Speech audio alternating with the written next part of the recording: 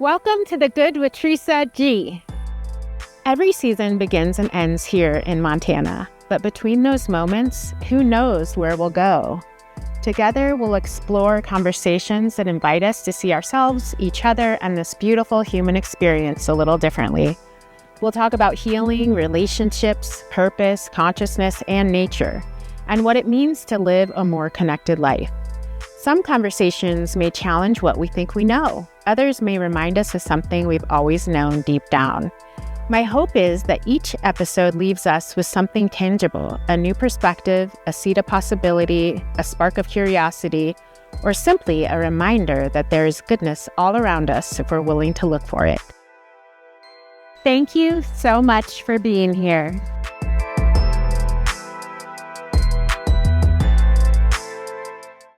Welcome back to The Good with Teresa G. Today's conversation feels incredibly special to my heart, and I have had these friendships almost my whole entire life, and they've changed and helped me in my becoming. And these two women have been places of refuge, mirrors, and medicine, and coming home.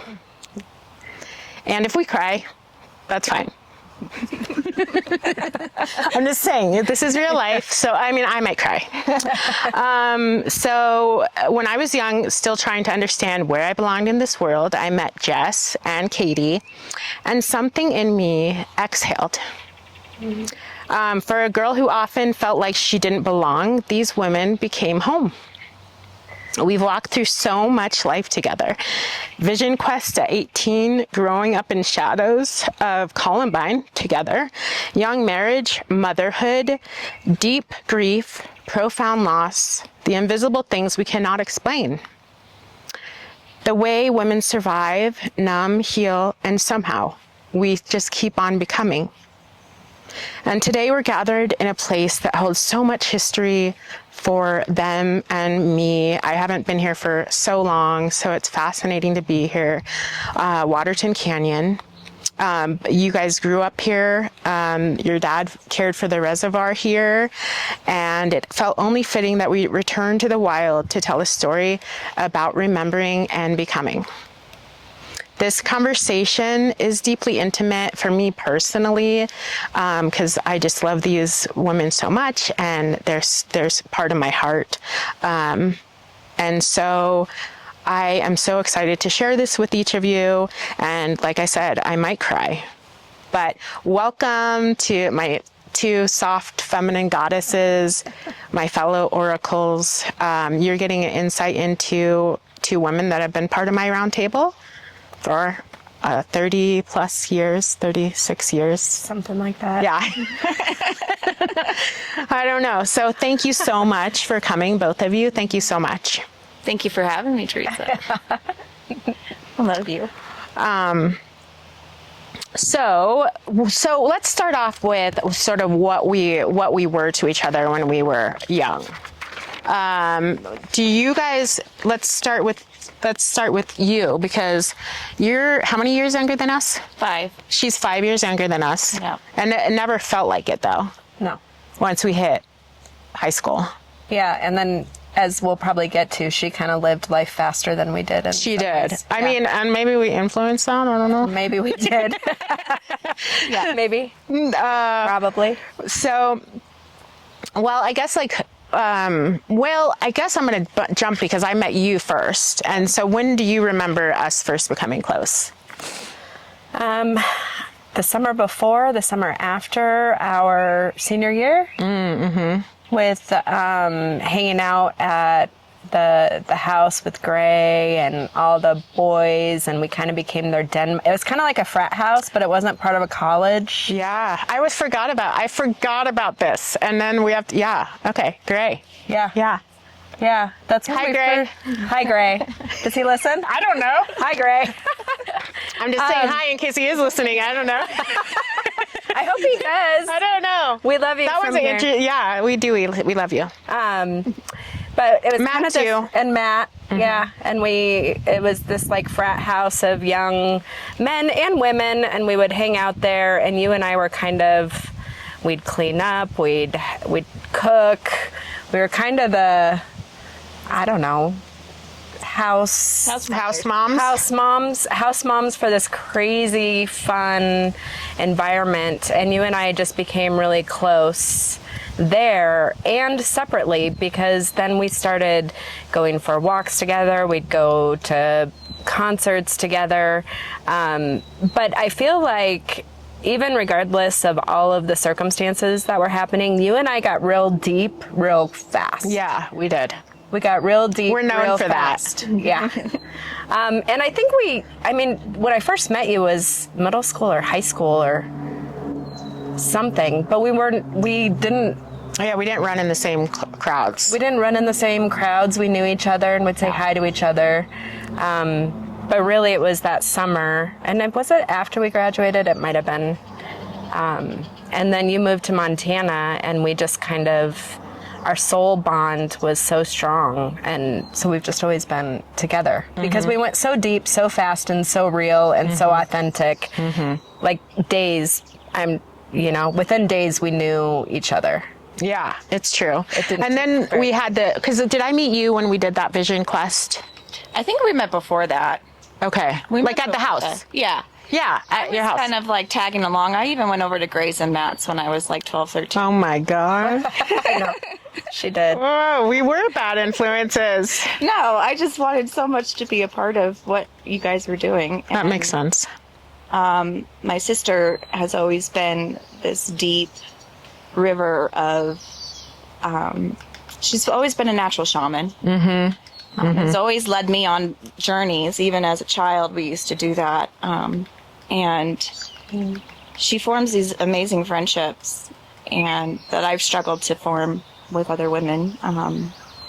But when she met you, it was just like she went deeper in herself, and it opened her up in a new way. And to be a part of that friendship with you guys was pivotal in my coming of age. Really pivotal, because there wasn't a lot of conversations like that I could have with middle schoolers or high schoolers my own age. But I could always go there with you guys and be held in that space and be loved in that space, and not be like, okay, that's weird. Who do you think you are coming up with this information?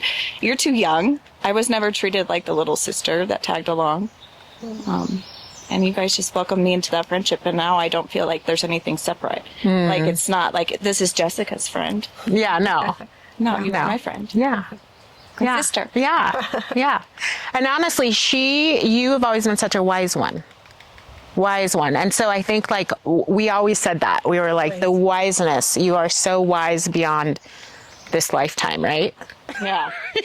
She was just born that way. She was born that way. Old soul is what so I always try to be older too. Yeah. So it wasn't your guys. And I don't know if you tried. I don't know if you tried to be older. I just think you were older. Yeah. Right? Yeah.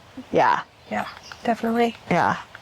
So something that was really significant for us, and I do know that was the summer we graduated, is we went on a Vision Quest. I don't know. I mean, now it's like in to do this. Probably. Do psychedelics. Yeah. Yeah. But I think that was like one of the last time I did psychedelics. It was for me. Yeah. And it was a really powerful experience for me. I mean, we'll hear what it was for you guys, but because it was literally like, you didn't do it. No. She was like our guide, and she did amazing. She did amazing. good. And you guys were house sitting. Yes. Yeah. Yeah. And there was 3 dogs. Yes. And the 3 dogs were a huge part of this journey that we went on that night, because ironically, they were constantly sitting around us in a triangle. Do you guys remember that? Yes. It was so symbolic. There was so much symbolism in that night that sort of catapulted me. And actually, it was so huge that, remember, we were walking down, where is the King Supers? The King Chatfield? Yeah, we were walking down Chatfield, and it was late. It was nighttime, and because we were going to the park to lay and look at the stars, right? And I was like, oh my gosh, you guys, if I don't move, I'm gonna die. I'm gonna literally die. And I was like, if I don't get out of this city, it's like killing my soul. And you guys were like, well, we're going to get you out. Like, you're moving. You know? And I think I left. Like, I think I was very soon. Yeah, It was I very just soon moved. after. I was like, and those realizations. So those are some key moments for me. I would love to hear both of your memories about that evening, because it was like a key life experience for me. Katie, do you want to go first? You could go first. Okay. Yeah. I would love to hear yours, because What were the dogs' names? Benjamin. Cinnamon and Strut. Yeah, and they were chows, so Yeah. they look like lions. And they were. I just remember us having this lion spirit, and I think it started. The journey that we were on took a dark turn, and we were in some scary territory. I was, at least. I remember it just being very scary, and it was probably... Was that on that street? Yeah, where I it was said I had to probably get on that out? street. Mm-hmm. Well, I was freaking out. I think you were freaking out. This is why I don't even remember how old Katie was. You were like... I know how, because if 14? we were 18. I don't know, 15 to 30. Who knows? Oh, yeah. Well, I don't know. Like 15 to 80? I don't know, because she was so... And I'm always in flux with age. Yeah, she was so wise. We were freaking out, or I was, and we were trying to keep it together, both Teresa and I, trying to kind of keep it together, looking for the light. But I feel like there was like a darkness that was eclipsing the whole journey. And then we did make it to the park, and something changed. And I think by the time we got back to We the sat house, at that tree, remember? The magic tree? we sat at the magic tree, which is still a magic tree to I agree. us. I agree. I took my daughter there. Yeah, Katie, I know, has gone back there. I have too. Yeah, that tree's significant. It really is. Had some medicine. It did. is. Yeah. I Gosh. took Ava there actually recently to visit her. To Oh. the tree. Yeah. And we gave her kisses, and I got some sap on myself, which I was happy Oh, about. you see, these girls are my soul sisters. Do you, yeah. It's like, But when we were there, something switched, and then things opened up very fast. I felt like we were like dark, and just collapsing and trying to hold it together. And then something switched, and I think both of us just kind of opened up. And then the rest of the evening, I felt deep peace. And then those dogs, those 3 dogs, those guardians, I just felt at peace with myself, with you, with Katie, and the world. And it ended up being just really beautiful. But it was not beautiful from the start. right. Which was me. And because it was so intense, I think that's why I never really felt the need to do it again. Yeah, because I mean, it took me a while to integrate all that. Yeah. That we went through. Right. Yep. I mean, what was your perspective? Because you weren't on the psychedelics. No. And And it was mushrooms. I believe so. Yeah. I believe it was mushrooms. Yeah. I didn't know if I was going to talk about that. But, you know, we're open book around here. Oh, and it's nature's medicine. And now it's like, okay. Like, people are like, you're not popping mushrooms? I'm like, no, I did that. Everyone microdoses now. Right? I know, but I don't have to I right now. microdose sometimes. We'll see. But There we you can go. talk about Yeah. that later. Yeah. And yeah, sometimes I do too. But my perspective, because I was sober and I was there, and I wasn't seeing what you guys were seeing or feeling what you were feeling, but I am intuitive enough to do that. And for me, it was an experience of being your guys' guides. Opened up something in me that I could do it. I wasn't just the little sister that was following your lead. I could guide you. I learned that I was capable of that, that it was part of my gifts, and that even though I was so much younger and I had such little life experience at that point, I could feel it and I could trust that. I was like, oh, that's that voice that I've always heard, and I know it, and we can trust it. And then, in fact, at the end of the day, that was the only thing we could trust in that experience. That's true. And we kept telling good, her, sweetie. we kept telling her over and over, like, you're just an amazing guide. Like, are you 80 or what's happening? It was, Yeah. it was that powerful. Yeah. Where she was able to sort of guide the experience when I mean, I don't really remember the bad, but I've been known for that. I remember the beginning being bad. I think because we had people over. There was a couple of men that came over. Oh, what? See, I don't remember remember this. In the that. beginning, they were gonna. I think they might have been the ones that brought the mushrooms. and you guys were going to make grilled chicken or something, and the chicken freaked you out.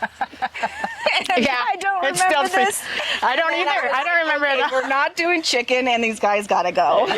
See? Yeah. See, she's a great guide. She's a great guide. That's interesting. I cannot remember those guys for the life of me. Who would that be? I don't know.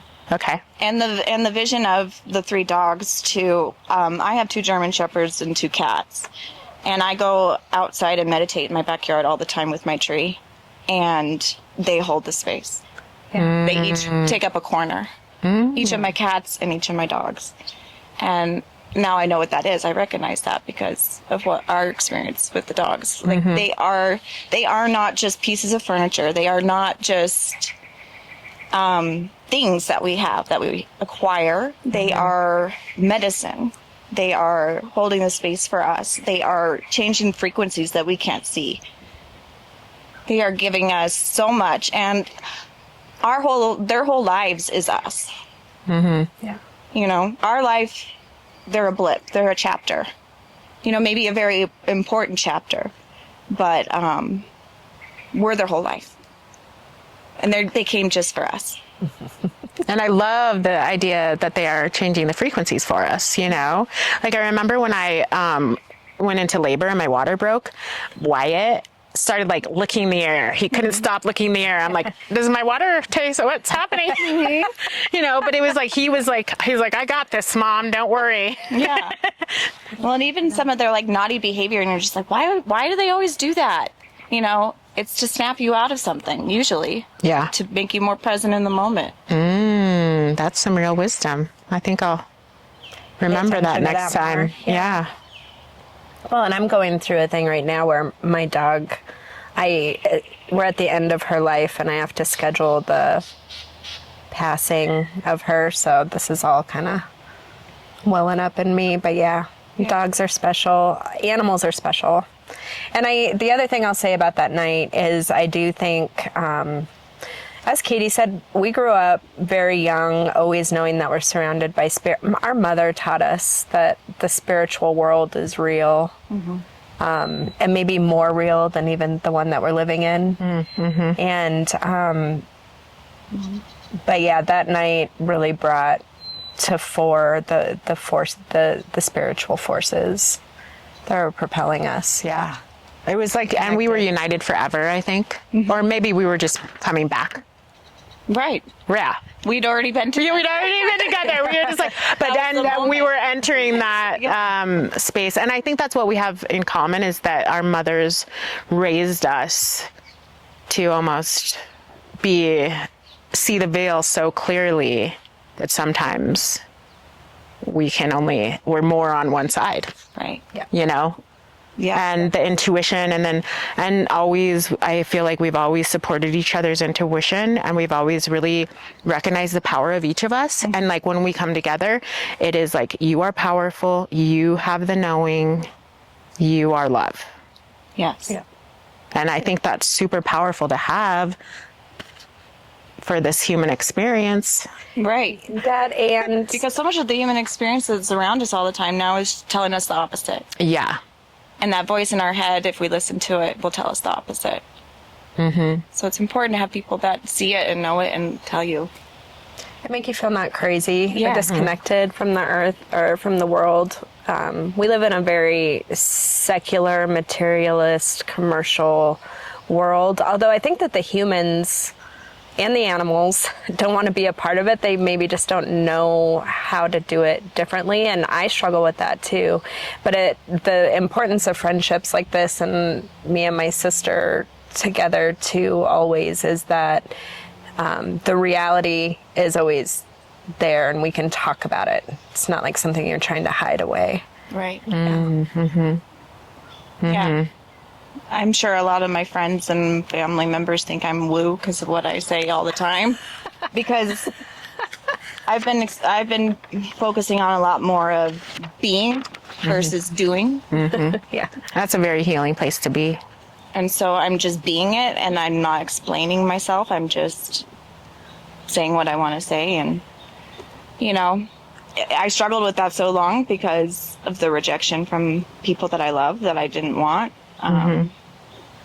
but what about the rejection of myself? Yes. And I think all three of us are at that point Yeah. where we just are deeply authentic, and it doesn't really matter what you think. Yeah.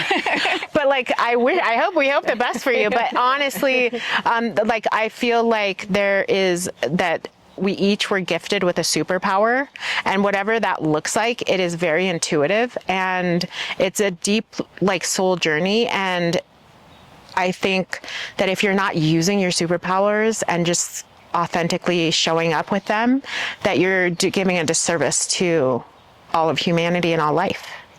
And I think we've all nestled deeply into that. And like, when we were young and becoming, I think that it sort of made it harder because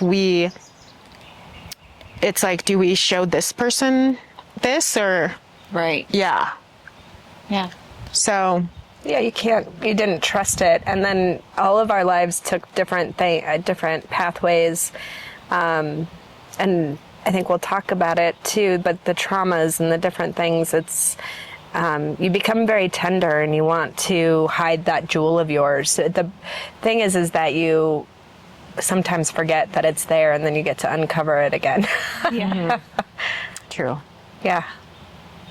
Well, let's move on. We all went to Columbine High School, so that we have to talk about. And we graduated right before it happened, and then you went in after it happened, right? No, I was a sophomore when it happened. Okay. Wow. So Yeah. so I want to talk about that, and I just want to talk about our emotional experiences and maybe our intuitive experiences. I can't say the exact time frame, but I know I came and visited before it happened, and because I'm a dreamer, so a lot of things come to me in my dreams, which, like, the older I get, the more I can, like, look back and be like, oh my gosh. But I had this huge nightmare, and I think I even maybe talked to you about it, but it was a huge nightmare of basically someone coming through Columbine and shooting everyone, and I was, like, traumatized for weeks. My family remembers, like, I talked about it, like, it was such a traumatic dream. Like, it was like, oh my gosh, like, this is so unsettling, this is so upsetting. And then Columbine happened, and so that is that's where it started for me, was at that dream. And what did that do for you? Did you recognize it as a premonition? No, because what did you do with that? I honestly am now just, I've given a lot of power in my dreams when they tell me what to do, and I'll wake up and I'll say, I'm quitting my job today. Yeah. Or whatever it is, or we're gonna name, our kid this, or whatever. And but I'm now starting to understand the premonitions more, that they are premonitions, because I think that's like going back in home, is recognizing, I've really been compiling a lot of dreams, and I've dreamed since I was young, and now I can look back and say, oh my gosh. And my daughter has it too, where she's 6, she's like, I dream what's going to happen. And I'm like, okay. Yeah. And now you can help cultivate that in her. Yeah. And so that she doesn't get lost along the way and not recognize it as a superpower. So that it's not scary too, because I can imagine If you have a scary one. Yeah, if you have a scary one and then something that big happens after you dream of it, that would be pretty scary for a young person. Yeah. And even now I'm like, well, should I have told someone, or they wouldn't have believed me, or like, what, you know what I mean? Like, but I told everyone around me. Like, I did tell everyone. I was so traumatized. And it was all this, like, dark energy. It was so dark. And I actually want to talk about that, because my brother and I were talking about this last night, how Columbine had a really dark energy. Yes. Prior to even the shooting. It was this darkness that was ingrained in the culture. And, I know all three of us are okay with dark. Right. We know that there is dark and light. But it was a heavy, heavy feeling there. Yes.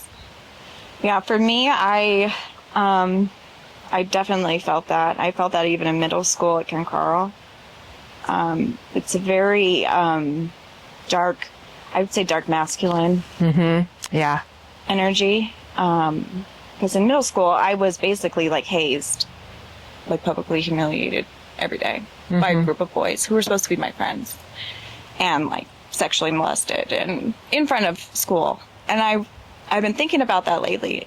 It was almost like a fraternity kind of vibe, that they were hazing me.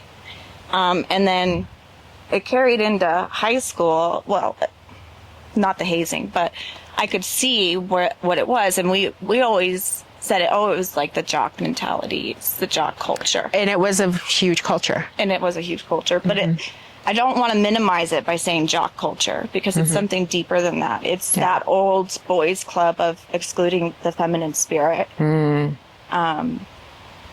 maybe trying to put out some of the brightest lights. Yes. Put out some of the brightest lights, because I think also Littleton, Colorado was such a collection of bright lights. My experience of that day was, I had been, because my spirit didn't like being in school. I did well, but I didn't like it. And I had been ditching my Spanish class. Yes. And I was changing the attendance record, and I got caught. And so then they locked me in a room for 3 days of in-school suspension. And then I was on probation, so I wasn't allowed to ditch. And the day that it happened, I was in my Spanish class, that class that I had been ditching, and I felt allergic. I felt allergic to the school. Like, that's the only way I could describe it, is when you have a sane allergy reaction, and you just want to, like, my soul is allergic to my body. And I had to get out, but I was negotiating with myself. Should I, because of the consequences. And I determined, if I could find a friend that'll ditch with me, then I'll go. And so my friend Peter Marr.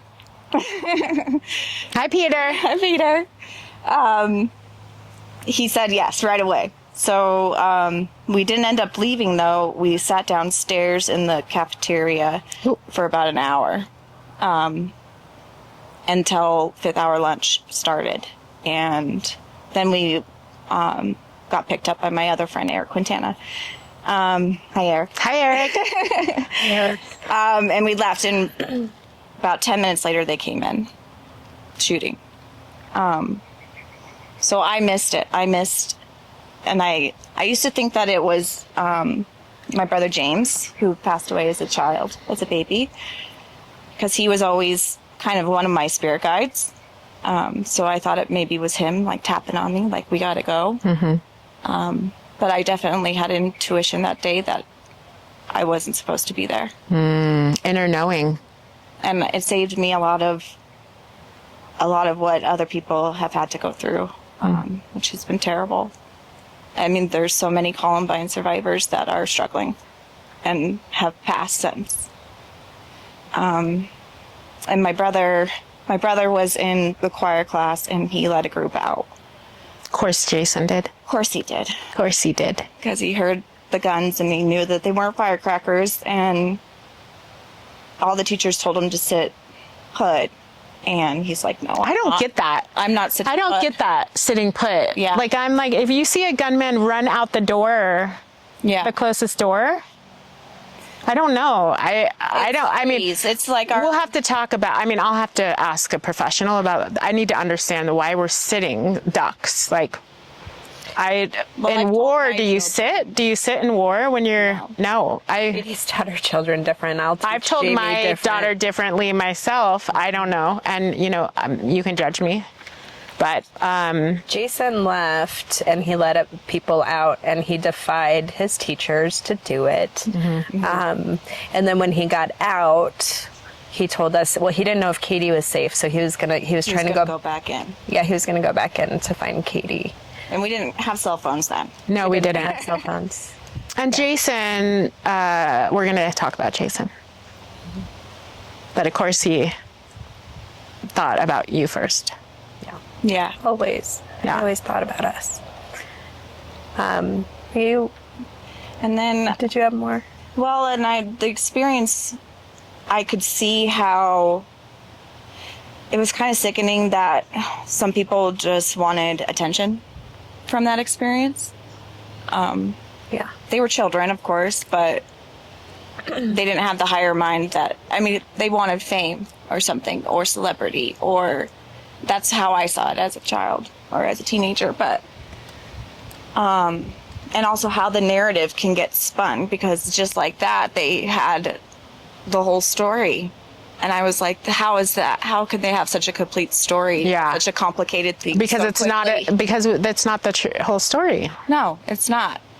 And especially for those of us that know the depths of it all, it's like, come on. Yeah.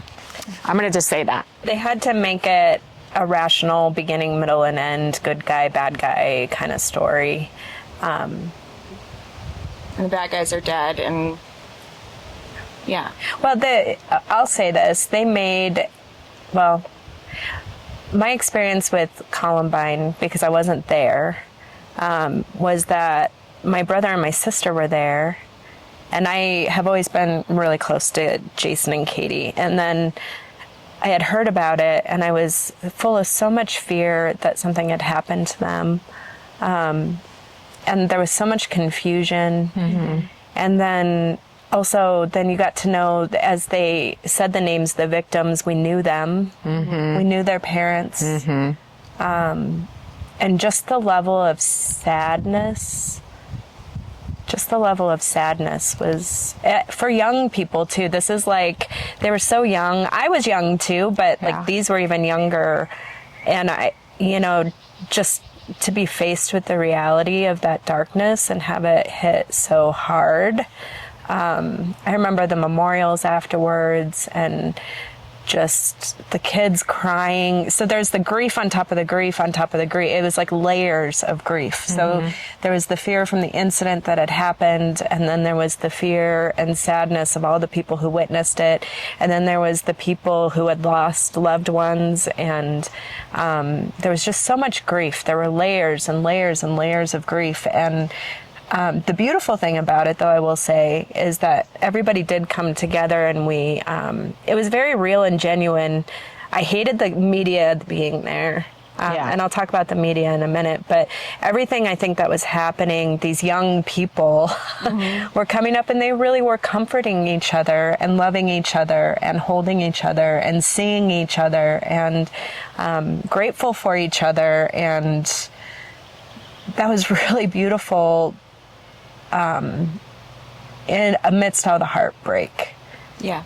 And then the media, what I learned about Columbine and the media is that the media are just liars. I don't trust anything that they say ever, because I think somebody even called my brother for a news quote from like Indiana or something. I don't remember where it was. And they misquoted How did they even get your brother's phone number? I feel like my aunt. Yeah, probably. It was like my aunt who lives in Indiana said, "Oh yeah, my nephew." Yeah, and They're just like parasites. they Exactly. were so parasitic. And I remember telling Ted Koppel or Dan, I don't even know their names, right? I got in their face and said, "Back off, you don't belong here," especially in like the sacred grieving thing. But just the circus, the media circus that it became, and then the narrative that they gave, which was, these kids were bullied, and which may or may not be true. I mean, it's likely that they were. I mean, Columbine was a place that protected bullies, allowed bullying, really allowed great traumatizing of students that were different. And I witnessed it, with myself and with others. And it was a very unsettling place. But now I see like...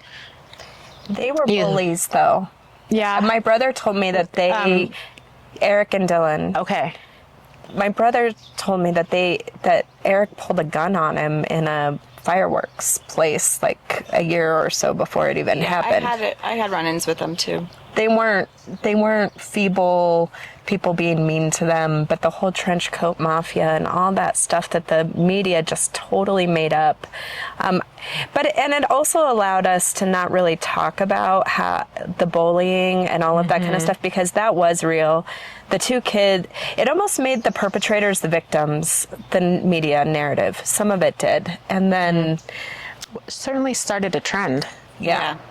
A national trend. A national trend. And some of the, I don't like using words like jocks and things like that either, but there were some people like that at Columbine who took the responsibility of it too, and then they went down really dark paths, like blaming themselves. Oh.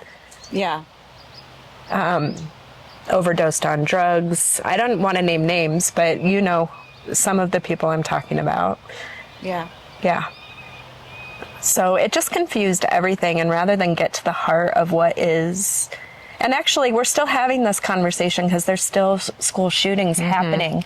And rather than talking about the real thing, what is the darkness that's underneath it? What is the darkness that's in it? We just keep, you know, oh, it was this killer's manifesto, or this person was da-da-da, or this was this, or that was that, or like we're still trying to explain it in a non-spiritual sense. I mean, what I got, like, after it happened, what came to me was that, because I know Eric, because I knew their family, and I knew Kevin, his brother, was in our grade, and Kelly, another one of my very dear friends, she dated Kevin all through, like, the last 2 years of high school. So when we were trying to coordinate to get together, we would call the house, and that's when we had one line, and it would be busy, right? Right. And so Eric would be busy all the time because he was always on the internet, which back then was weird.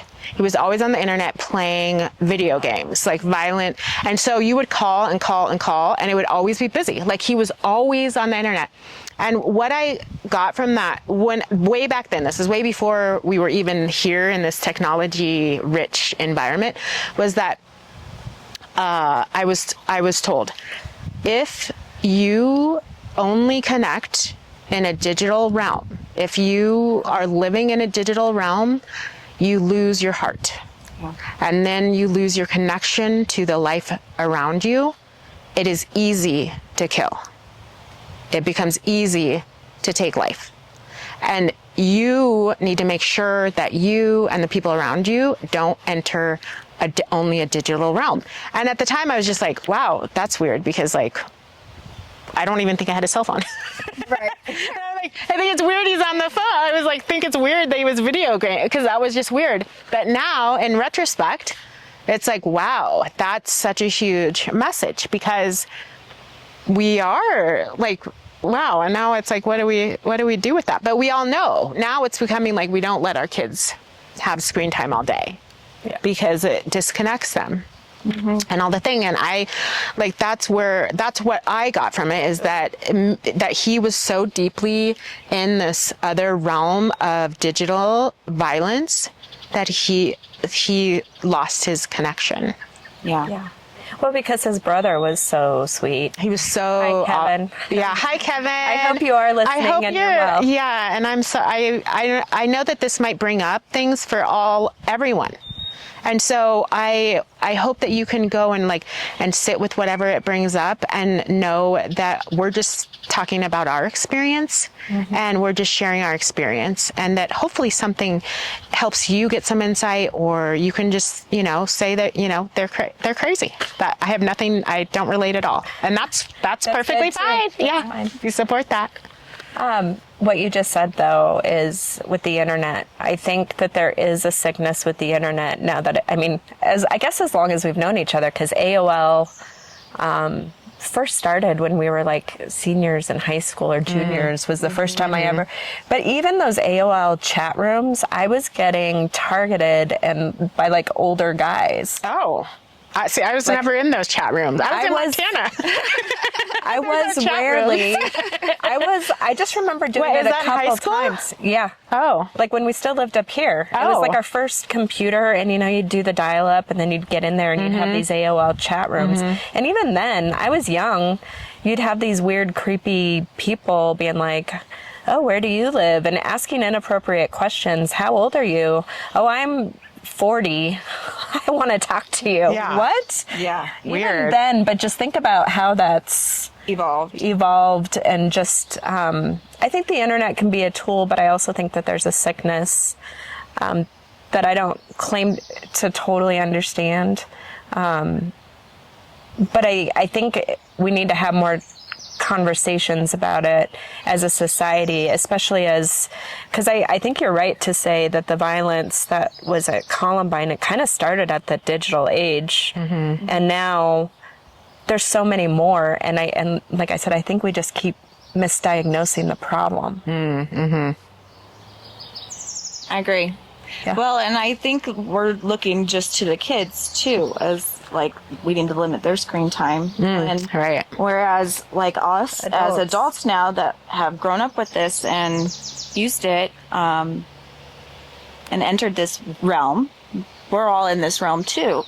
If you think about it as social media, like we all have our own digital avatar already. It's all this digital version of us that isn't the real us. Doesn't have our heart and soul all the time. And you can't necessarily always translate that over into the digital.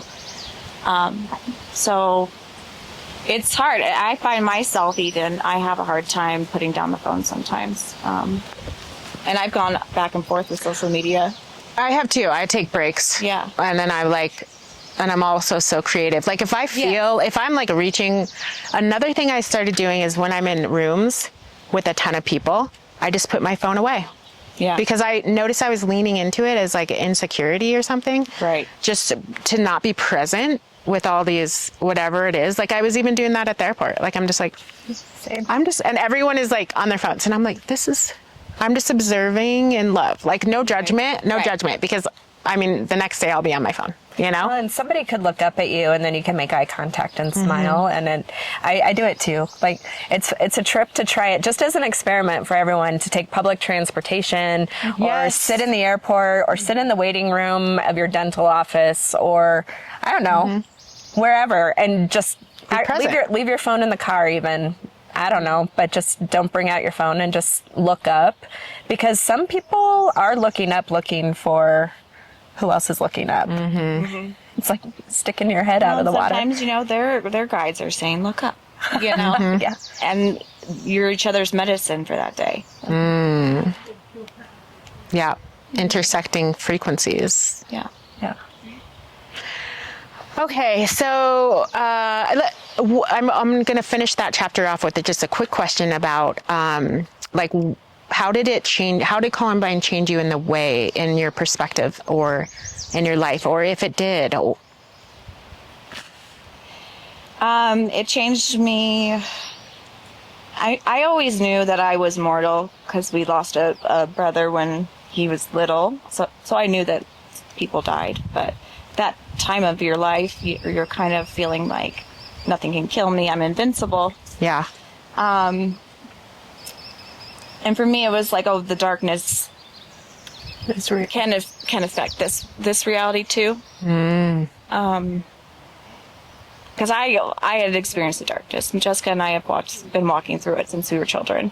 And so I had experience with it. But to see everybody else's experience with it, where it would seem like it was kind of whitewashed. It was like this pretty world packaged, real nice and clean, and then this thing infected it. But it was undercurrent. It was an undercurrent that was always there. Yeah, that we were whitewashing. Yeah, that we were whitewashing. We didn't want to look at, right? Yeah. So it forced me to look at that and to realize that the adults, the president of the United States, there was nothing they could do to protect us. That you are your own first responder. That the narrative doesn't have to be your story. And that, God and love always works through the nasty things. Even that, God turns into something beautiful. And like Jessica was saying, the camaraderie, the coming together of the community it cracked us open and forced us all to look at that ugliness, and how we kind of mended all together as a community. Like, that was super powerful and healing, that I carry with me to this day. And to know that, that super popular girl that you are jealous of or whatever, she's just a kid that with flesh and bone that is just trying to make it through the day too. Yeah, I took something similar, Katie, in that God can turn darkness into light. So there was some things that were happening, especially in the aftermath, I think, with all the healing. And I will say, some of the people that Katie mentioned that picked her up from school that day, Katie's still friends with. It made a tight-knit community. It maybe even brought us closer together, Teresa. Like, the community that survived that and went through that together, it made them really love and be grateful for one another and see each other. And I've seen so many, well, I say young people, we're old people now, but I saw I saw so many young people from that, as Katie was talking about when we were talking about our vision quest, that stood up and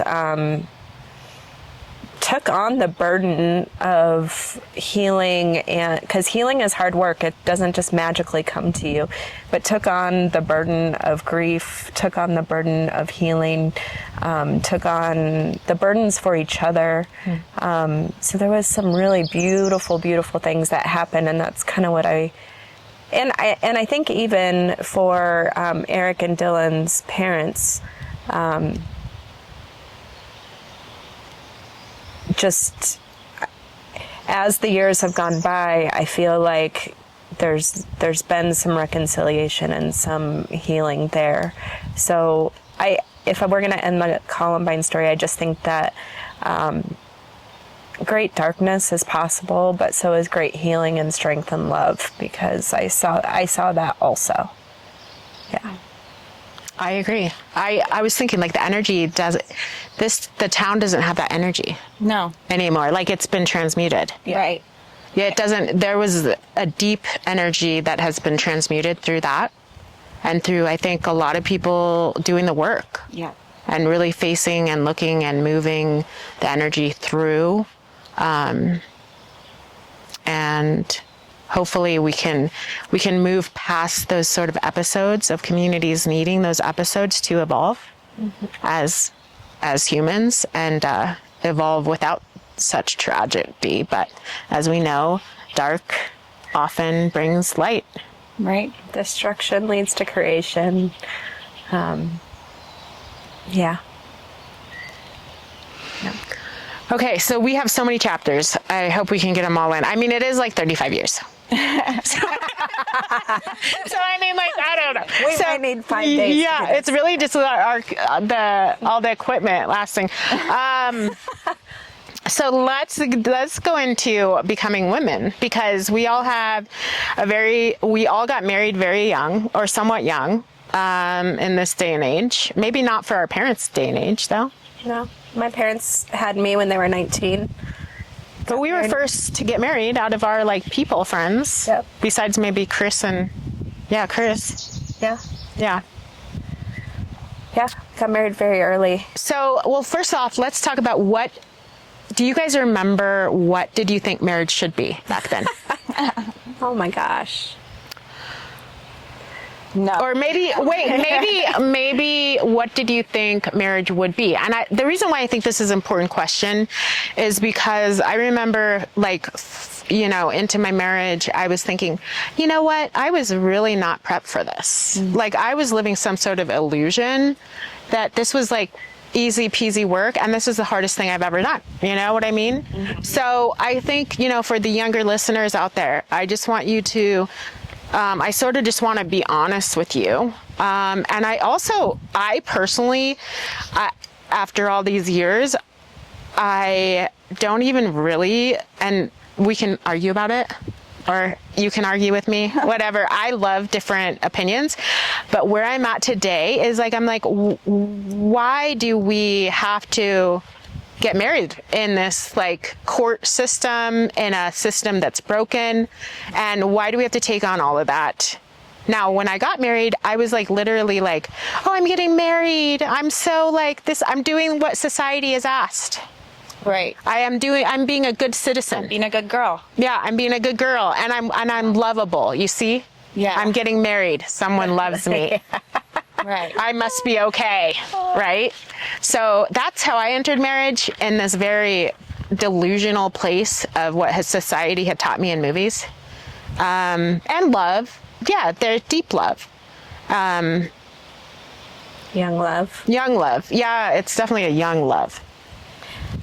Well, I've been married twice, and my mindset was so different for both of them. So I can tell you what I thought then and kind of what I think now. So my first husband, I was 23. Mm-hmm. We were together. We met when we were 19. Mm-hmm. And I think at the time, honestly, my life was so chaotic. Like when I met Sean, hi Sean, if you're listening. We all worked at gas stations. We all worked at gas stations. Yeah. We did. And when I met Sean too, I just felt like the whole world was so scary. Columbine had just happened. Mm-hmm. I was facing lots of scary things in my own life. At home, our life was crazy. Mom had just gone to rehab and had come back, and like our family felt fragmented. I felt fragmented.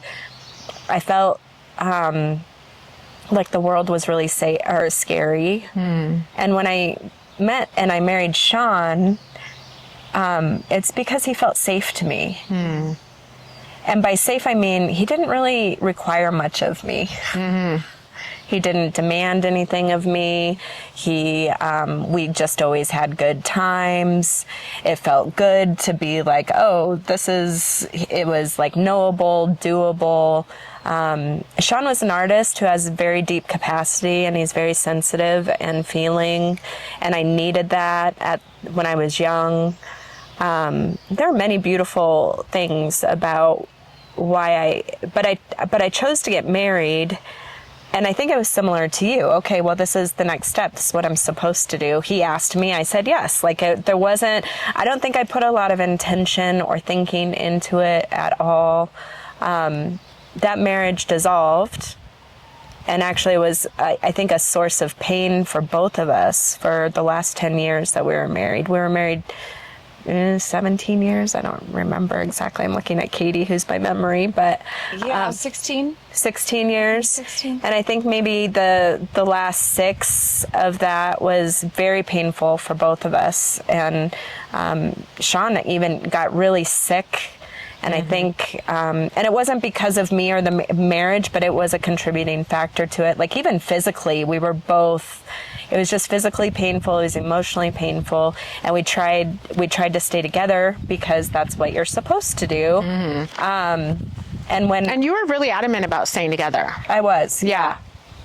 Because there's this, I don't know, I call it a Kirk thing. That's my last name. So like a Kirk thing where we're stubborn about the vows that we take and about our word.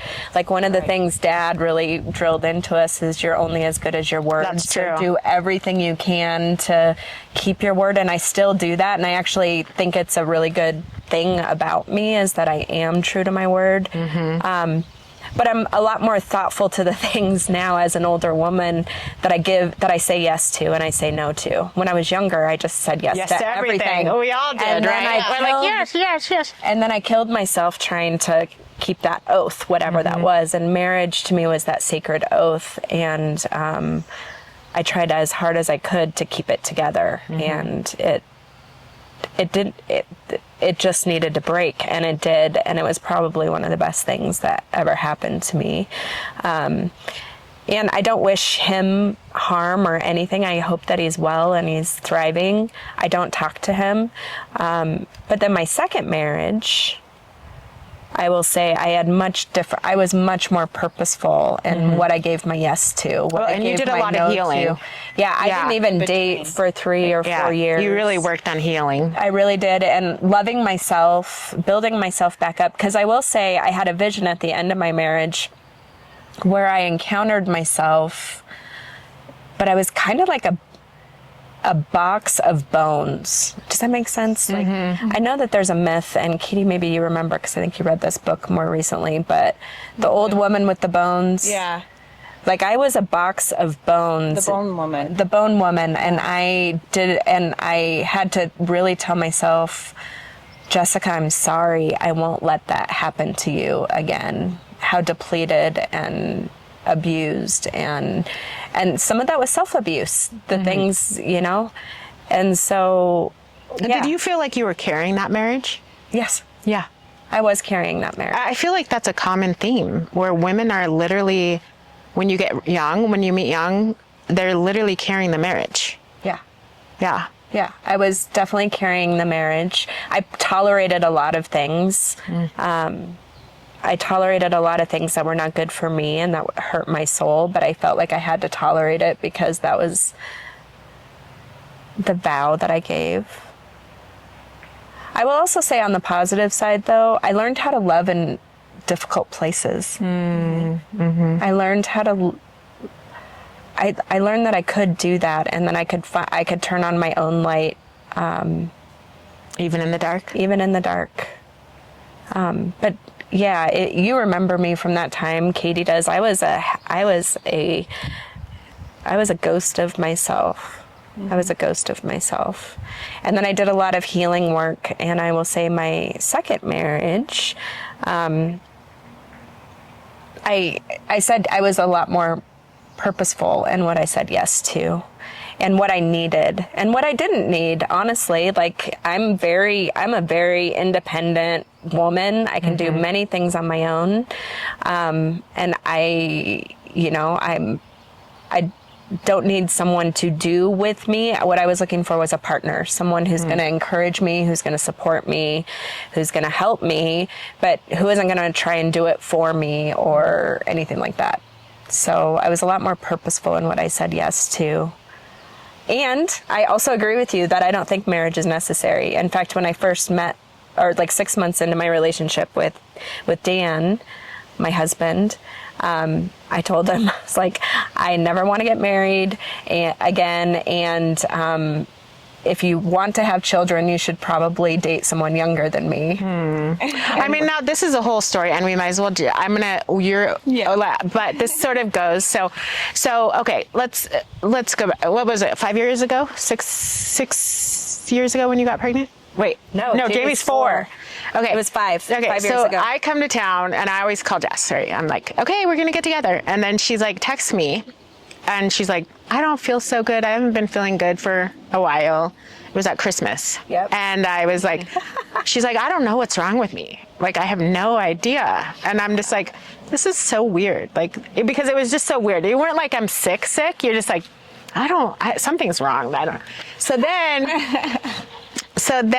and to be fair, we're like 43. I was 43 at the time. 43. And so then at the end of my trip, you call me. I'm like at the airport, and you're like, I'm pregnant.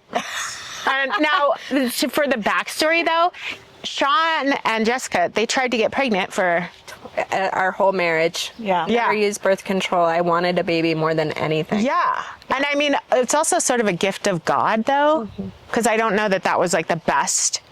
I don't know that Sean had the capacity at that time to parent. No, but it totally broke my heart. That was one of my grief stories in the marriage, was that I always wanted to be a mother and never was. And I had given up, and I had actually grieved it with the marriage. Like, okay, motherhood's not something that's going to happen for me. I need to find a way to be the mother spirit that I am in other ways. Sometimes it was with my niece and nephews. Sometimes it was with younger men or women at work. I was like, okay, I can be a mother without being a mother. So, but I had grieved that and was totally okay with it. She was totally okay.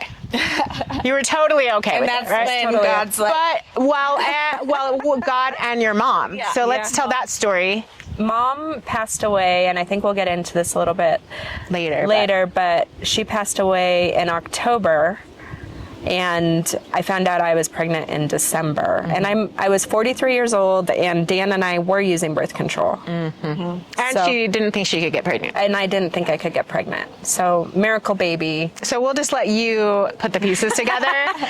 But I know what happened. Like in my brain, immediately I was like, "This is your mom." yeah. You know, like clear as day. I know immediately. Like this is her. It was. This was her gift to you. Like all is not lost. Here you go.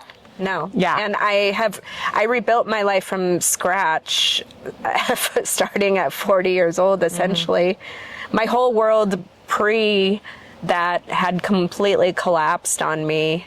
And I was broken by the weight of it, and then was able to rebuild it. And now I have It's a totally different. yeah. You switched timelines. My 30-year-old self would not recognize my 48-year-old self. That's how old I am now. Yeah.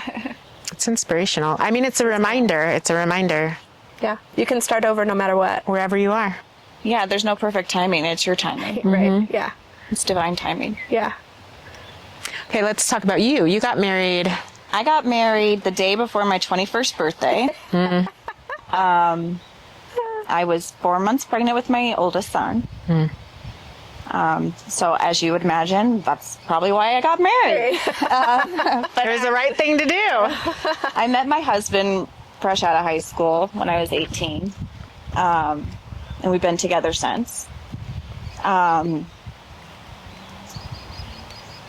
And he was my whole world. I really hadn't known any other relationship. I've known male relationships, friendships, my brother, my father, obviously, but not that intimate relationship. And I had a lot of times with other men where, like in high school, where it just nothing connected. There was no soul connection. And it just happened to connect for me when I was 18. I was like, wow, what a blessing. Like, I don't have to search anymore for my guy. Here he is. But yeah, we had a lot of fun together. We definitely connected on a lot of things. And he could see me right away. And that was the other thing too, is he could see me right away. That's so validating. It was so validating. Yeah. And then I wanted to move in with him because I was living with my sister and Sean, and I was paying rent there, but I was spending all my time at my boyfriend's house, my husband's house.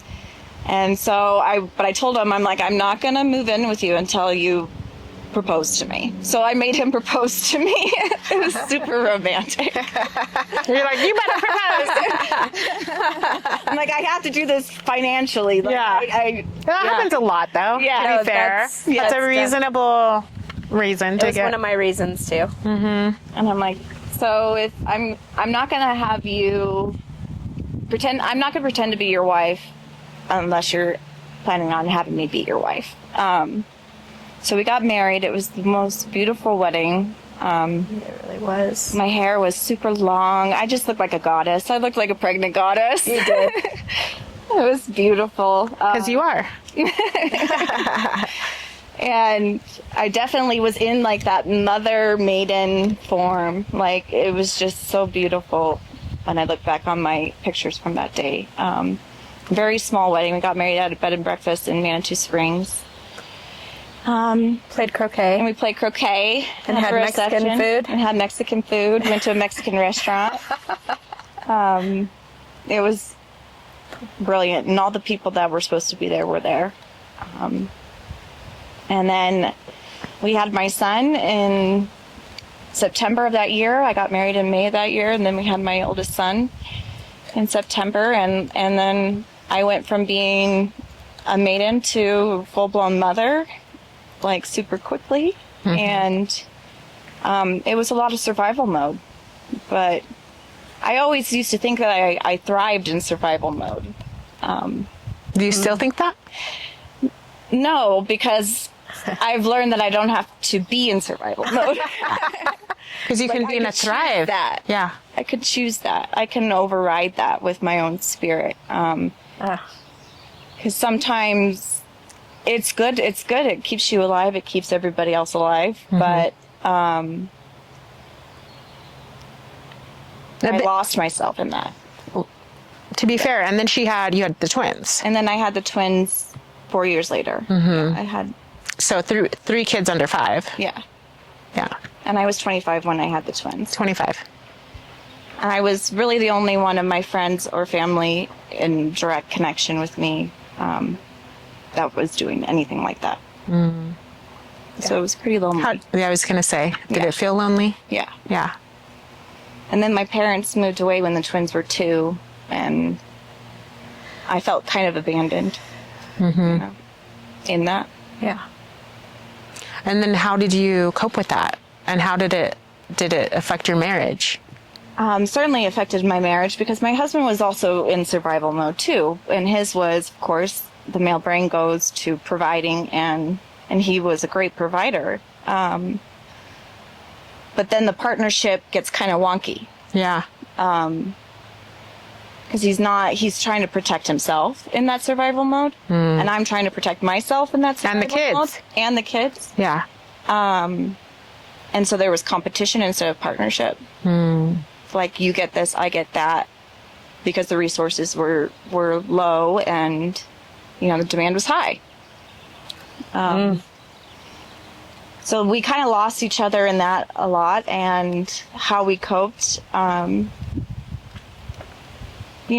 always just lean back onto what I knew, and a lot of that is just nature and things that are free. So it was important to me to spend time with my kids in nature and my husband in nature. And that's something that we always have done. But then there was also, drinking. I developed a really bad drinking problem. That didn't really happen right away. It trickled in, because my social life was, drinking or dinner parties with other parents. While our kids would play, and then I was drinking after the dinner party, and then I was drinking to go to the store, and then I was drinking to be present with my children. I thought it was something that made me more present, but really it didn't. So I really disassociated a lot of time to cope. And I mean, a lot of society is with you there. Yeah. In some way or another. A unique story. Yeah. And it's something that doesn't get talked about enough. I don't think there's so much of this mommy wine culture, party culture. It's like it goes from, like, they transition and through all these drinking phases, right, of your life. And that becomes the central focus. And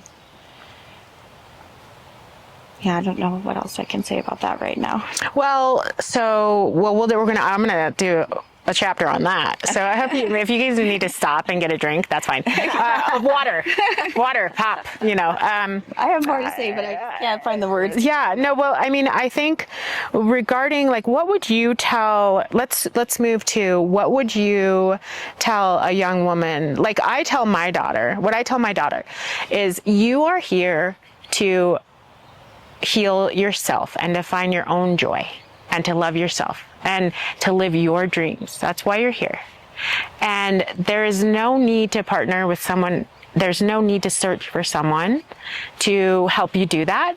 And if someone comes along that just feels amazing and makes you feel good and supports your dreams and is not trying to mold you into what they need, and it's a relationship based in I can never say it, reciprocity. Thank you. You're welcome. What she said. I have a terrible memory, but really I have a good vocabulary. She always has to. Yeah. And I need to learn. Can we practice that after? Because I'm really focused on that word in my life right now. And I think all of us women should be, because I think that that's sort of where we are, is we have been trained to give. But really, we need to enter into relationships where it is a mutual giving and all the time. And that's just how it flows. you know? So what are you guys telling, what are you telling your daughters or your niece, like, about this idea of marriage and motherhood? I mean, they're so separate. They are. So maybe marriage. Let's go with marriage. Yeah, it's a lot of that where you don't need other people in your life can help to build your character, but you don't need another person to affirm your character or affirm your experience. It's nice to have a witness and be in that experience together, but you have to go back into yourself. Like, you cannot abandon yourself for somebody else, because that doesn't serve them either. That doesn't serve them. How are they going to grow?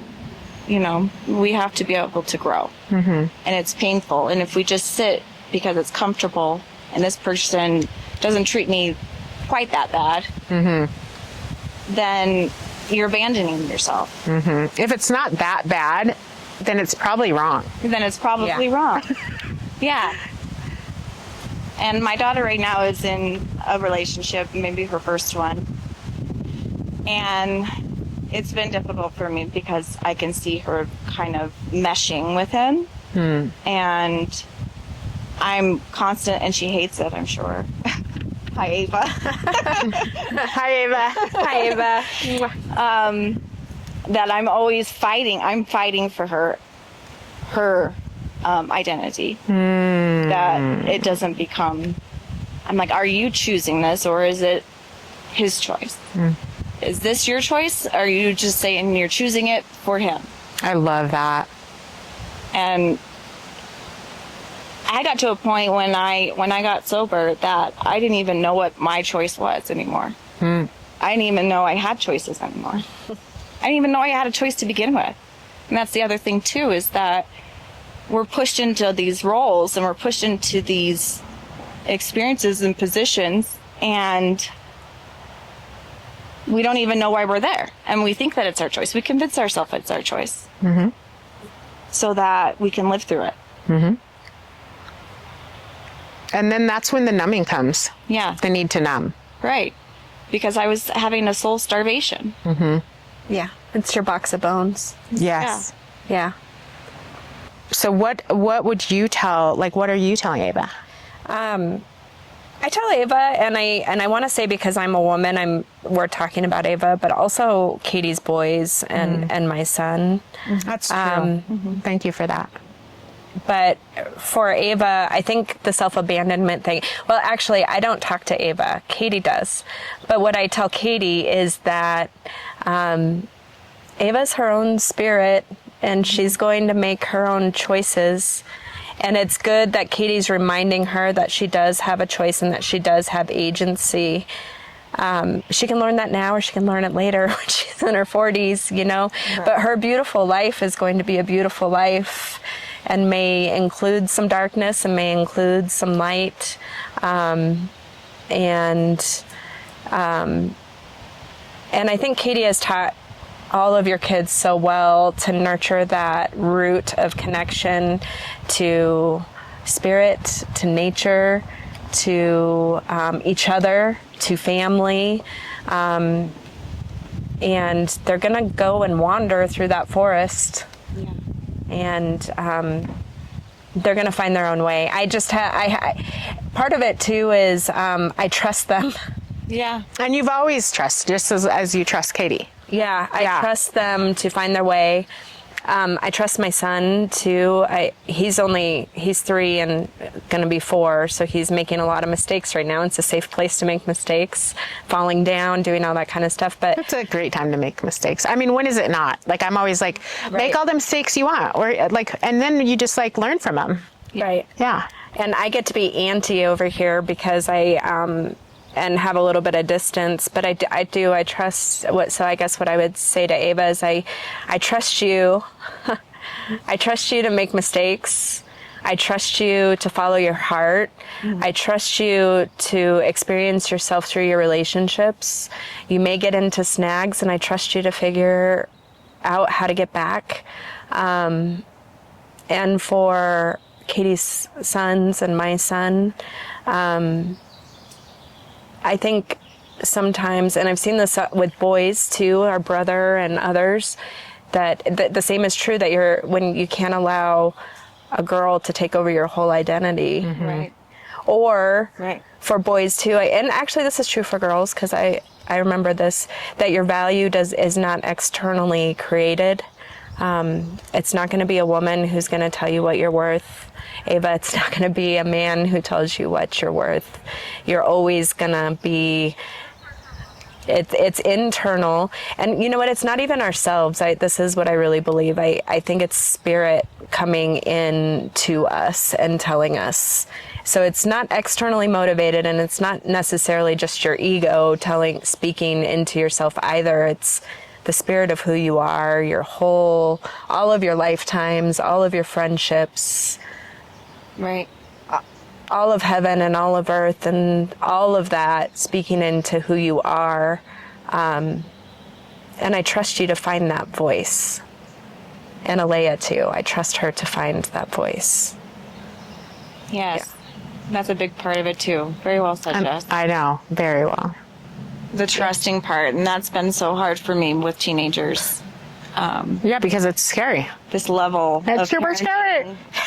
game is See, we're at like, she's at the 4-year-old level, and we're at the Exactly. teenage levels, and we're like, yeah, You guys are going to remind me that later. To remind us to trust, because And you'll have to do it for it me. brings up really scary moments in their becoming. Mm-hmm.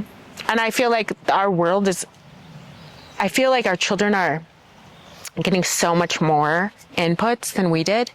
Like, we were getting a lot of inputs, but it was more, like all this technology, all this input, it's so much. And then you're trying to protect them from that. And then you're trying to protect them from things you can't see. And it's not the spiritual not seeing. It's like literally like technology, some weirdo from, Alabama or what, I don't know. And I'm not saying there's weirdos in Alabama. I'm not, well, There's weirdos everywhere. That's what I'm saying. But like, it just seems like a very intense time to be a kid. And be in that becoming area where it can be so scary and yet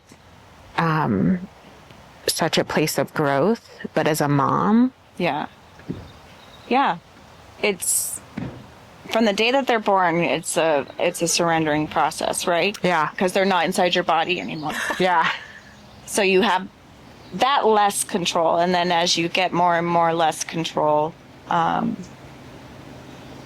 it can be very scary. And I understand now why my dad was so scared all the time Yeah. for me and worried, and why haven't you called? And I'm like, Dad, everything's fine. yeah. You know? What are you worried for? I've been gone for 2 days. No big deal. And now I'm getting that. Yeah, that. And I have to just remember, my mom, even when the kids were little and when I was little, she always taught them about their guardian angels. And call upon your guardian angel and meditate on your guardian angel and learn their name, and they're always with you. And I completely believe in that too. And if I'm going to actually be authentic and believe that, then I have to have faith. That they're taken care of on the spiritual side too, because God knows how many times my spirit team has intervened on my behalf. Absolutely. That I know that they have that too. And whatever I can't protect them from, they are protected. And Katie and I have talked about this. I'm coming to the realization too, and maybe it's just the internet. And I feel like I'm waking up to this late, but all of the dangers that are lurking It's so scary. out there in the internet world and on games and on phones, and like there's so many chat rooms and there's so many dangerous things that honestly I think, and I said this to Katie the other day, I was like, your kids have fought a war that we don't know about yet. Right. They're not willing to talk about it, but they've been out there in these trenches for a while. And I think now adults are kind of starting to catch up with how dangerous that place is. But what I will say is about Katie's kids, so you can hear this, is that they're already showing such bravery and strength and refusing to believe the lies. They're so young and yet they're so wise. They really are. I mean, Yeah. this is Katie's their mom. And are they going to make mistakes? Are they going to have glasses on that cloud their judgment because they're in love? Yeah. Yeah. I mean, we all have to learn. We all have to All that learn. stuff's going to happen, but your kids know the truth. They know, and I see it all the time, and I'm very proud of them. And I know your daughter too. Well, what I always say, and I say this, and hopefully it's not going in one ear and out the other anymore, but I know it's rooted in her at this time, is that let's pull all the way out and look at this for perspective. Mm-hmm. Your soul came here for a reason, and your soul knew what it was coming here for, and it knew what medicine it needed in this life. And even though I'm your mom and I want to try to act like I have some sort of control, I don't really have any control. Right. This is your soul journey, and I am just literally here to be your home. So whatever it is, and in those hard moments when I've said, don't do that, I really advise against that. I think it's a no, and then it's and then I have to take myself back and zoom way out and realize this is literally her soul journey. She is here for her own medicine, and whatever it is, as a mom, I'm going to go up and down, but whatever it is, I have faith. She signed up for this, and this is what she needs. So, and then I start feeling calmer. It makes me feel calmer. And it makes me realize I really have no control, because honestly, we don't really have control. No. And if if anything, kids teach you that. No, yeah, I do. Yeah. So you have no control. So, that's sort of where I lean into when I have these panic attacks that happen. They literally happen, where I'm just oh my gosh, and technology really gets me. Me too. It really puts me in a panic because it's things that I can't see. There's silent, just like you said, there's silent wars going on. And your child can be sitting right next to you on the couch and dealing with the whole world on their pad or whatever that you have no idea what it is. Yeah. So I have heard some good stories though from other moms, because I talk to other moms about this now, and some of them have older kids, and they're yeah, but the other kids defend each other. That's good. So I can see, Katie's kids being generals in that army that recruits people to help keep each other safe. Yeah. They shouldn't have to do it, and I think there needs to be greater conversation between what's happening and parents, and so that we can all do it together. But I find myself, this is my big fear, because my son's only 3, is okay, well, I don't want to shut him off from that. I just need to teach him how to exist within it, so that he can keep himself safe and maybe keep other people safe. And also make sure he gets lots of in real life experience. Yeah. Yeah. So what is the one thing, and this is a really hard question, so that's why I'm asking it. What is one thing that mothering has done for you, becoming a mother? I don't even know the answer to that because it's so broad. It has, it's hard to condense it down into one thing. It's taught me just about everything to know about humans. It's helped me with the psychology of dealing with people, because I've seen a toddler throw a tantrum and I know where that's coming from. It's taught me to see people. Oh, when you see adults doing it? Yeah, you're oh, yes. Hello, 2-year-old me. You're what do we need? Yeah, do you need a snack? Do you want a hug? That's mine. Do you want a hug? Well, yeah, it's taught me that. It's taught me how to take care of my own body. And I don't know. It's taught me so much. To really trust my intuition too, because when you are carrying a child, you cannot see the development, you cannot see the functions going on. So intuitively, I would go into my own body and do body scans when I was pregnant with the twins especially, because it was a high-risk pregnancy. According to the doctors, not to my body. Yeah, we were both high risk. We were both high risk too, because we were geriatrics. Yeah, Geriatrics. Let me come back to it. Ask her. Ask me. Oh, I mean that was good. That was good. I so much love. Love. I have never loved. Well, let's just bring this full circle, because, and this might be where I cry, because my mom died a month before I got pregnant, and I'm her oldest, and my mom was not perfect, but she was amazing, and when I had a baby, I finally got how much she loved me. Aww. Like, I always knew, Mom always told me, she always showed up for me, she was always in my corner, she never abandoned me, she was always there. Even when she wasn't, she was.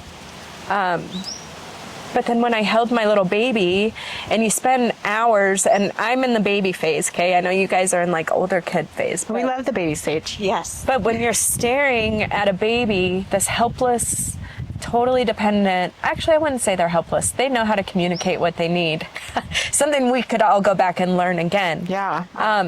But you're holding them, they're so dependent on you, and you're trying to memorize their facial expressions.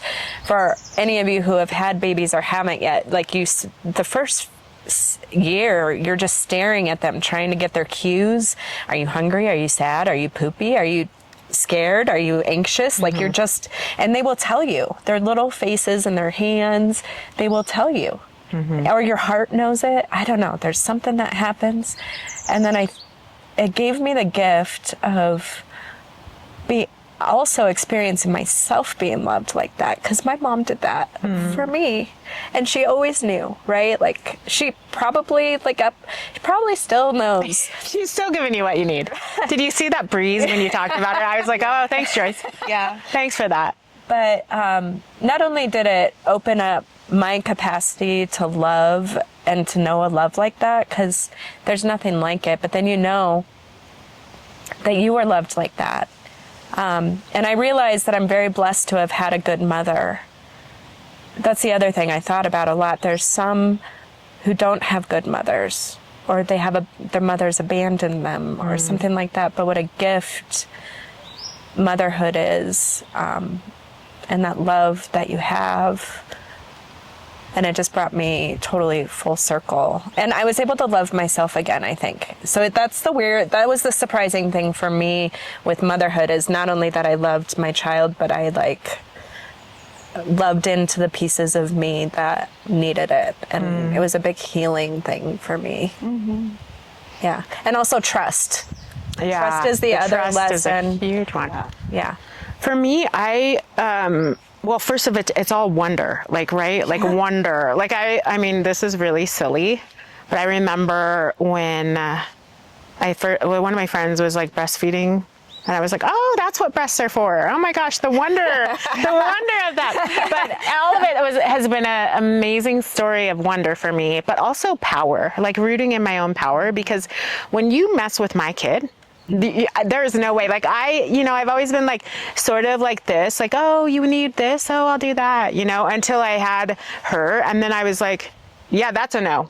So back up right now and maybe walk out slowly, because you are done. You're done here.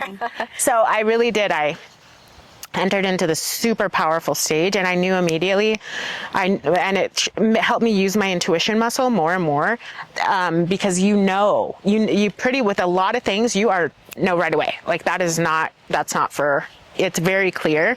And so just to use that muscle and really hear that. So again, a lot of power, entering the place of power and letting go at the same time. Yeah. And something else too that I've been having a picture of in my mind is, because I went to the caves at Indian Hot Springs, not recently, but most recent time, and I was just thinking as I was sitting there with all these naked, beautiful women, that were all just portals, were stargates. We're all living with this Stargate inside of us, and how amazing is that? We're the only ones that can do that. That's true. I mean, the power, again, Yes. the feminine power is so powerful that it's like mind-boggling. Right. It's mind-boggling. It is. And I've been thinking also about Russian dolls and how we're all connected to the woman lineage through our Russian dolls. It's like I'm the baby inside the mom, and then Ava's the baby inside of me, and my mom's the baby inside of her mom. Is that so the on and so symbolism of forth. them? I don't know. That's what I love that symbolism. I do too. Yeah. And it all starts with the Great Mother, right? Yeah. yeah. Wow. I love that. No, I thought about that with motherhood too. Like it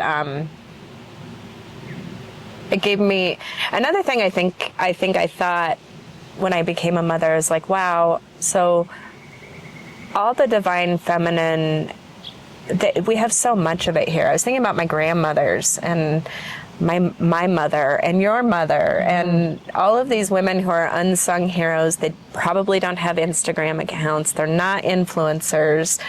They're not famous, but They're not posting about how they keep themselves looking young at 30. No. they're not. Because I don't look young at 48. No, but at 30, right? Those ones are so funny. Anyways, I know. I don't know why that, no. But Here we go. it's true. But they're not famous. But the truth is that the world has always run on that quiet motherhood and then grandmotherhood. Like all of the things women have carried the wheel. My words aren't coming to me correctly, but it's all those women who, it was always women. Well, I mean, like my daughter said, and I think the masculine and men are very, very important, and I value you very much, and especially those of you that are working on yourselves and entering your power and helping to protect and nourish the women in your lives in a place of a healed place where you've done the work. I really appreciate that. So keep doing that. And I think this is just our perspective as women. And, you know, my daughter at a very young age came to me and said something in the gist of like, well, why aren't we all not just recognizing that women are superior, the superior species? And I was like, who did you learn? Where have you learned that? And she's like, well, I mean, it's obvious. What do you do with that? What do you do with that? I don't know. I didn't know what to do. I was just like, okay. Like, are they teaching you that in preschool or what's going on? Just season. And I don't know that it's a superior, like in her eyes, superior's fine. And that just went off. That's hilarious though, T. Right?